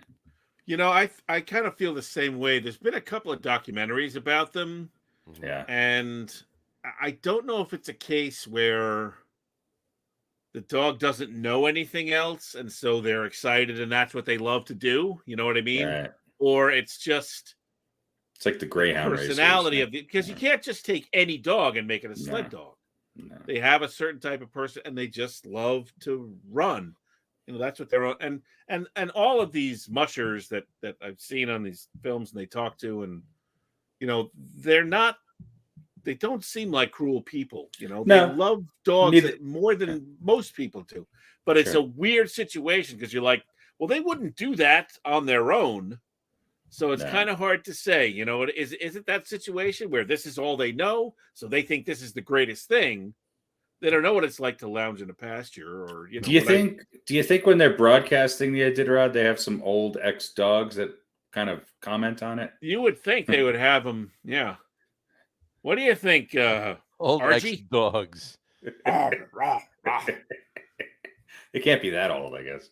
No. I think I would understand them just as much as I understand Shaq when he's talking to Barkley. This is true. This is very true. Could you imagine they hold the mic down and go, well, that's just terrible. Barkley's hilarious. He's a little bit faster than I do. Shaq's had some good takes lately on things. He's been getting in some Twitter wars with people. Shaq's quite a trip, man. He really is. He says he's broke, and I think with the amount of kids and wives that he's had, I don't blame him. I don't disagree with him. I think he could sell his house. Yeah. And he wouldn't be broke anymore. His house is like 19 acres of house. But or something. he endorses 98 products. Yeah, I know. You could turn on the television at any point and see Shaq in a commercial. Yeah. I find it hard to believe that some he's of it's broke. kind of look, it's sort of, you know, like seeing Joe Namath doing call up and find out about the money store. Medicare, Right? You know, it's embarrassing. I don't know, it's disheartening. Shaq's see your doing heroes. Shaq's doing national commercials. Joe Namath's doing the money store with Phil Rizzuto. Yeah, but Exactly. they're national commercials for fucking icy hot. You know what I There you mean? go. Yeah. But, you know, I mean, come on. Yeah. It's the ShamWow was still around. He'd be endorsing it. Wow. You got this camera guy? That's funny. Didn't that Did you dude go get- to prison? The ShamWow The guy, probably. I I think mean, he was in jail, right? he definitely looked like a crackhead or a meth Is that the addict. story? Yeah. There you go. Oh yeah. I mean, just you saw him. I was just like, whoa, this guy's way too excited about this towel. Hey, check You out gotta this look. fucking towel. Here's a towel. Now, if you want a towel, this is a towel. You can It soak is up a towel. soak up a fucking quart of water with this and then snap a guy's ass 18 feet away. Hey, Exactly. ShamWow. ShamWow guy was trying to sell that stuff for a reason. Yeah, Exactly. he was paying off some debts. Exactly. But getting back to the Iditarod, you know, you're talking about that. What was the outcome of your, you know, your thoughts as far as the thing you watched on the cruelty, if you will, to the dogs? I don't know, man. It seems like they're in their element, Right. but you know, and Just I mean, basically, like you said before, just the thing, like it's all they know, so they're not like being really abused or whatever. They're yeah. I don't. Again, it's conditioning. I don't think they have to be trained and tortured and scared into running. I don't think that's how it works. what they want to do. Right? But Well, you could. this one, But this I one- think you this could one make won an that. argument that that's not what a dog's life should be. Right. You know. Well, a lot of people got into it too. I mean, even Cuba Gooding Jr. got into the Iditarod races. Yeah. Well, Is he You still know, around? right there, yeah, right there. He's got his dogs. I believe those Yeah. dogs kept him alive, right? When They were did. They stranded? did. He was he Is that what's her name? Cory Booker's girlfriend? Maybe, I don't know. Cuba Gooding Jr. is Cory Booker's girlfriend? Yeah, he is now. I have not heard that. The other person. Oh, It could I very don't know. well How can you even tell who that is? be. I don't know. I'm looking at a picture of her. I'm not looking at Cuba Gooding Jr. Oh, you know what? I have. Is it one of the dogs you're looking at, or I'm not No, sure? I'm looking at the lady in the blue hat. Oh, let me put her. this on the big screen because There you What go. are you looking at I on don't your know. phone? she's got a very wide smile. Yeah. We'll have to find out. You know what? No, it actually isn't. It I isn't, just You checked that out already? So I don't have to bother. Yeah. All right. So, okay. We have a. Was that a movie that Cuba Gooding Jr. was in? Yeah, it was called Snow Dogs. I've never seen a movie with him. I can't say that I have. You never saw Jerry Maguire? I never saw Jerry Maguire. Really? Yeah. Oh. You never saw. You never. Oh, wait. You never saw A Few Good Men? No. Really? You never saw that one where he was a diver? What, really? No. Which Holy one? Diver? Black I deep- saw first the Holy black Diver. deep sea diver in the Navy's Was history. he in the Holy Diver video with Ronnie James Dio? Yes. Then I've seen it. There you go. I'm not lying. I've never seen it. You never saw Coming to America? Eddie Murphy? He was in Coming to America? He wasn't Coming to America. I have recently seen that for the first time, so maybe I have seen him in a movie. He had a very small part. He was when they first walked into the barber shop in Queens, very first time, he was sitting in a chair getting a haircut before Eddie Murphy sat down. You didn't see Boys in the Hood? Yeah, I was going to say Boys in the Hood. Was he in that? Yeah, he was the star of it. No, so I did see him in that. Okay. Yeah, okay. Give me the gun, Trey. It's been a long time since I've seen that. I don't remember him exactly. That was before he was really annoying, though, and everywhere, right? Yes. That was kind of his breakout. Okay. Yeah, you should watch that again. It's a great film. Yeah, Boys in the Hood's good. So. And I'll check him out in Husky's Revenge or whatever the. Yeah, Snow- like if you want to Snow see Dogs it was called. polar opposites, no pun intended. Yes. You watch Boys in the Hood and then Snow Dogs. Great film, great performance by Cuban Gooding Jr.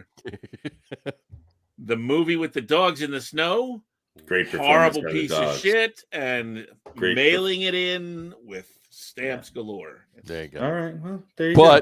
But you know who played his mother in the movie? In the Snow Dogs movie? In Snow Dogs movie? Phyllis Diller? Latoya had Jackson. No, Uhura from Star Trek. Nichelle Nichols, really Yeah, interesting. Nichelle Nichols. Yeah, not Michelle Nichols. Nichelle Nichelle. Nichols. Yeah. Nichelle Nichols? Or Nichelle Nichols. Nichelle Nichols. Nichelle Nichols. Yeah, she was Uhura on. But that was her. Be stage name, right? nice. She, don't call her a whore. Was that her real name or Nichelle Nichols is her real professional name. Is it her real name? I'm assuming. I don't know otherwise, but who No, knows? no. But yeah. So anyway, that was his mother. Anyway, but yeah, Pete's right. Watch Polar Opposites. Watch them back to back. I'm not watching. Tell us what you think. I'm not watching The either. very best and quite possibly the very worst of Cuba Gooding Jr. Although Jerry Maguire was also very good. I He was like very Jerry Maguire. Yeah, that's a 2 for no for me because he's in that with Tom Cruise. Yeah. So I can't do Gotcha. either. good. You don't like Scientology? I can't support. Yeah, I can't support him. Yeah, just can't do it. Gotcha. Yeah, Gotcha, Tom Cruise. Yeah, even I remember as a kid with him in the underwear sliding across, just like, yeah, I don't like this guy. Risky Business. Yeah, there you go. What about All the Right Moves? That was a good movie. I never saw it. No? Yeah, it was kind of. That was Craig T. Nelson was his coach in Pittsburgh, and he was a football player, and he Yeah. was, his So girlfriend was Ali Sheedy, was his girlfriend. Sounds wonderful. I never saw it. Yeah. Not a big movie guy these days, or back then. Well, I mean, that was like 1981. Yeah, too. yeah. I'm trying to think what was. Oh, you know what was a I saw, really. I saw Vision Quest back then. Vision Quest was 85. Matthew 85. Look at that. Modine, yeah. 85, Matthew Modine. Fuck. Do you know what year Vision Quest was? I just happened to know. with such certainty. Yeah. Who was the chick in that? Wasn't she a Oh. Playboy centerfold or something? Right? Yeah. Who was that? Well, maybe not. I don't know. She She was was super hot though. attractive. Yes. Let's keep it good, Junior. It was Cuba Gooding Jr. Yeah. Yeah. It was You know- Nichelle Nichols. You know what? If you you hate Tom Cruise, but John, do you ever It see was Collateral? 1985. I Linda- wasn't kidding you. It was Linda- 1985. Linda Yeah. Fiorentina. Linda Fiorentina. Fiorentina. Oh, yeah. yeah. Linda Fiorentina. Yeah. Did you ever see was- Collateral, John? Yes, I saw Collateral. Yes, That's a good Tom Cruise movie. that's a good movie. Yeah. It's a Jamie Foxx movie, but Tom Right. Cruise is in it. Yeah, that's But it's really good because it's a very subdued Tom subdued Cruise. Jamie Foxx. There's no such No. thing. No, Well, no, yeah, sub- they're both pretty. They're subdued. both pretty subdued in it. Yeah, Yeah. Even Pretty- for the it's a movie, it pretty is. good film. Collateral's a good movie. Collateral's Yeah, a good movie. good film. I'll stick to Slapshot. All right. There you go. All right, cool. All right, Over under. over time. Over under. All right. So I have the answer written down here, which I have hung up, as you've seen Hanging up. the whole show hanging up there. Gotcha. It's been hanging up there for a while, actually, because I'm never sure when we're going to do this. But we're going to go back. We're going to go back to the Back ones to the that pills? Harry likes. Containers of things. How many yeah. are in them? Are these your pills again? No, I got thumbtacks. Thumbtack. I was Thumbtack. going to say, I hope I he's not have- taking them as pills. I I can't have see. some cork boards here. Okay, You know, that's what you squares call it. and that I put on the wall because Mhm. I like sticking things up. I like notes. Right. And so this container originally had 100 thumbtacks in it, or Really? as you might call them, Push pins. push pins. There you go. Well, because they are technically push pins. The thumbtack Yes, is they- flatter and it's a It's tack. flat, and you push it in with your thumb. Yeah, that's a push tack. pin. So let me turn on the light here. I don't know if that makes it any better or not. But so here is the container. Mhm. Okay, there used to be 100 in there. Used to be 100 in here. Okay, This is the bottom. This is the top. okay. This is the church. This is the steeple. I'll level them out so you can All see. right, nice. What's the over under? The over under is 79. 79. 89. All right. Harry, you going first? Good. I can go first if you want. Go for it. I'm going under. John is going under. I'm going under as well. We either both win or we both lose. I like you guys in solidarity. Let me pull down the And Answer sheet here. The winner is which I have written the number.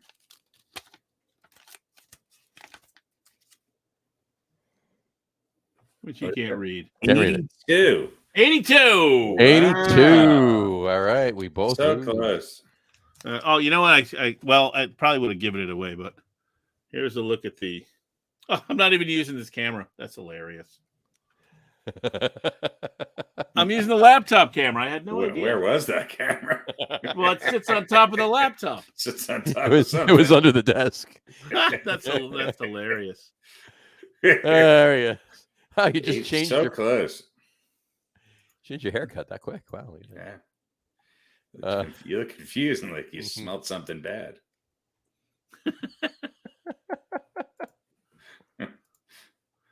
Now, do we get the right one?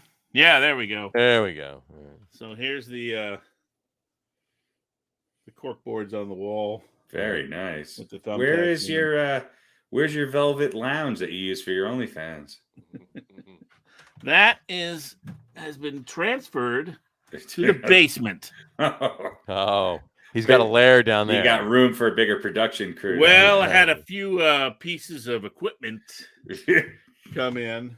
you put a floor drain in down there, didn't you? Well, yeah, that was part of the problem. Is the drainage up fluids there are was tough not to get out of the carpet To clean up. But I had a couple of restraining devices, let's call them, and I needed some additional floor space. Sure, well that makes sense. Yeah. That makes sense. And also the bolts are Mhm. You want the concrete wall. yeah, they stay in the concrete Yeah. so much better than Yeah. drywall. Yeah. Plus, you don't want any natural light. No, well, I did paint over the windows, so yeah. Yeah. Okay.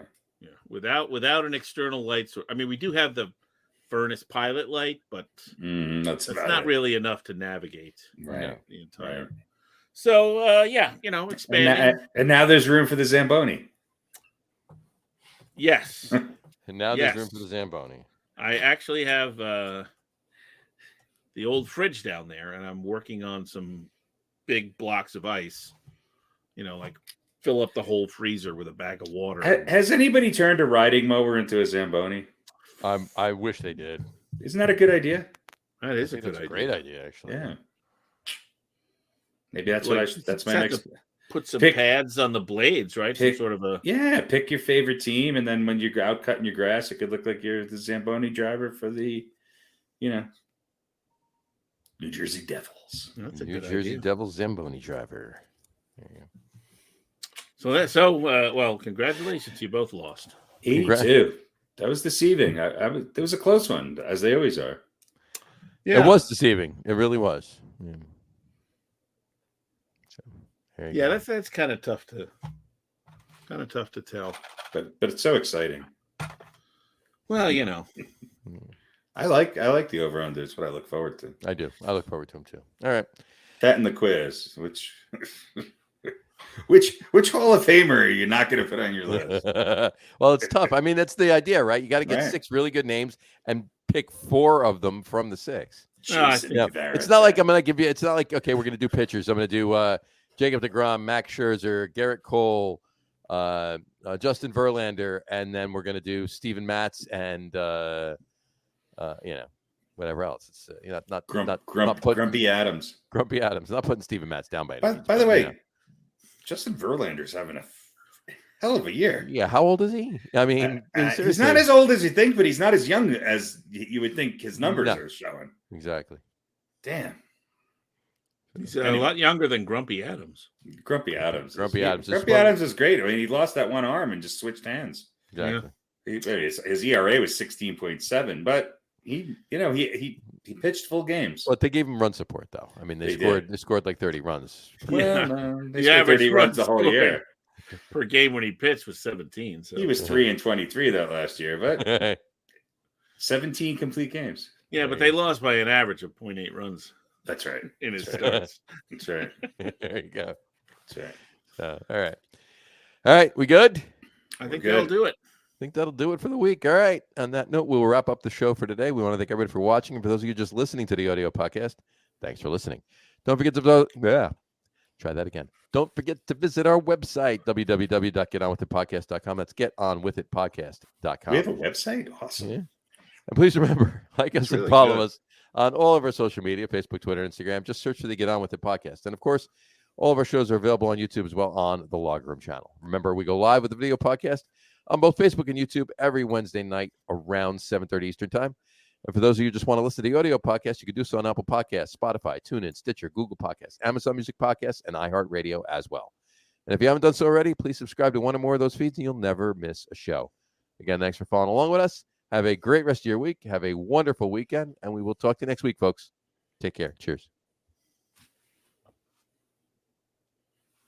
By the way, my research says nobody beats the Wiz commercials into the early 90s. Who sang the song, though? Nobody beats the Wiz. Nobody beats the Wiz. Biz Markie had a song called Nobody Beats the Biz. There you go. Mm. So was it Biz Markie? So is Mark Busy. Mark Bizkey. No. Biz Markie almost got sued because of it, I think. Was it But Marky anyway. Mark? Now look it up online. I've got one here with the Knicks. There's one with Johnny Franco. Look I at think that. it was Cool in the Gang. They're all talking on their Oh, flip it makes phone. sense, right? Cool and Gang, North Jersey. Oh, there's Patrick Ewing talking to Boomer Esiason on there. Mm. Nobody beats the Wiz flip phone. Oh, there's Joe Namath too. They're all using Cellular One on their phones. they got from Nobody Cellular Beats the Wiz. One. There you go. They're just as bad now as they were then. Mm-hmm. Housebreaking wee pads with every purchase. By the way, That was at Petland Discounts. I know. They were located on Avenue A. Ocean Avenue and Avenue U in Brooklyn. Avenue U, okay. Mhm. So there you go.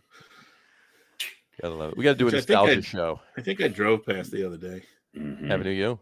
Yeah. Cookie Puss. All right. All right. Good night, folks. Good night. Bye, everybody. Follow Pete on OnlyFans.